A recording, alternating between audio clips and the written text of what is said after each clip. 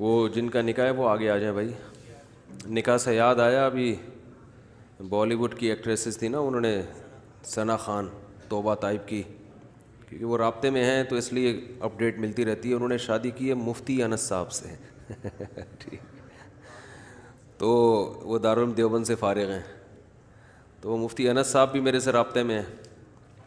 تو دونوں نے اپنی تصویر بھیجی, تو میں نے کہا یہ اس کائنات میں شاید پہلی دفعہ ہوا ہوگا کسی ایکٹریس کی شادی ہو رہی ہے کسی حضرت مفتی صاحب سے.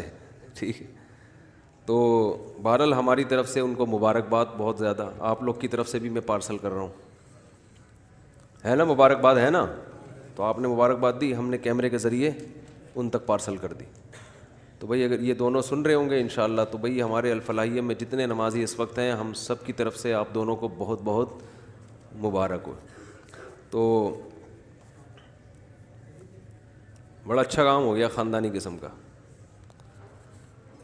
خاندانی قسم کا کام ہو گیا کہ نہیں ہو گیا؟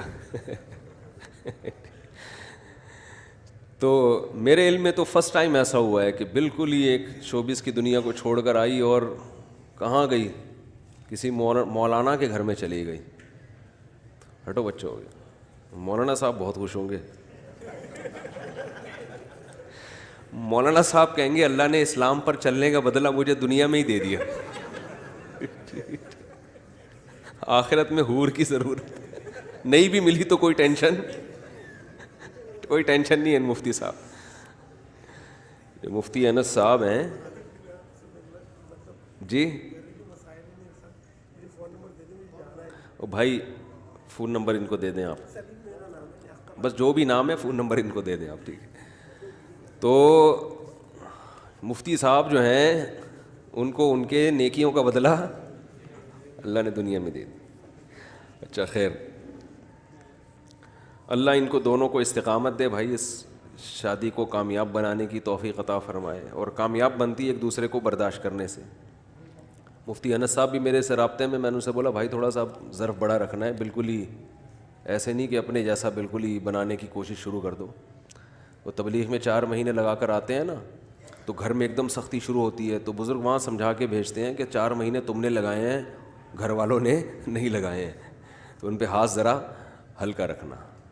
تو یہاں بھی ہم نے ان سے کہا ہے, اور ان سے وعلیکم السلام, ان سے ہم نے کہا ہے کہ محترمہ سے کہ آپ اپنے آپ کو اب جس حد تک چینج کر سکتی ہیں آپ کریں, اور اللہ سے دعا مانگیں اللہ آپ کو استقامت دے. آپ تھوڑا ملا بننے کی کوشش کریں, اور ملا صاحب تھوڑا سا لبرل بننے کی کوشش کریں.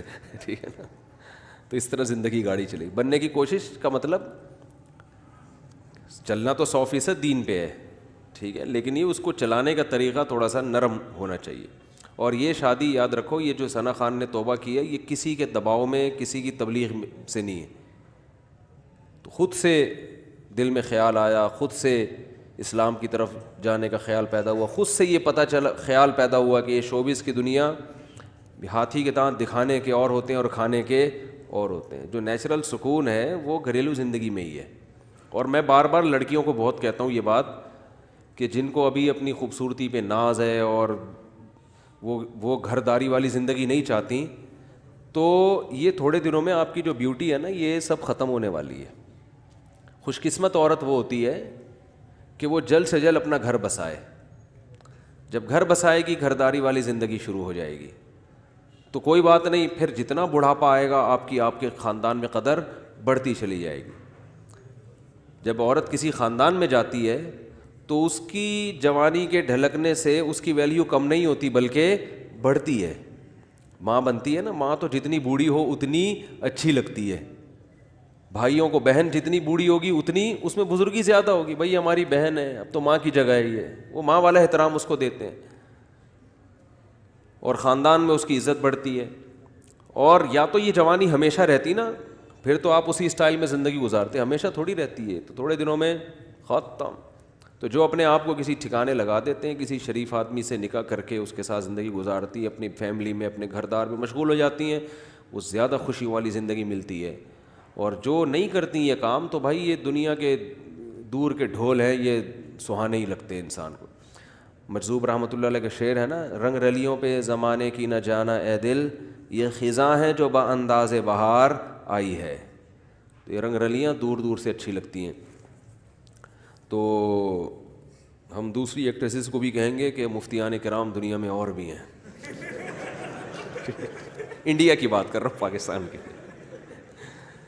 اور بھی دنیا میں بزرگان دین, علماء کرام, مفتیان کرام ایک سے ایک پڑا ہوا ہے بھائی. تو اگر کسی کو مزید توبہ کرنے کا خیال پیدا ہو تو ہمارے ہاں بہت سی ویکینسیز خالی ہیں. اس کو مذاق ہی سمجھیے گا, سیریس نہ لیجیے گا اس کو. آج کل مذاق کرنے کے بعد بتانا پڑتا ہے کہ میں مذاق کر رہا ہوں.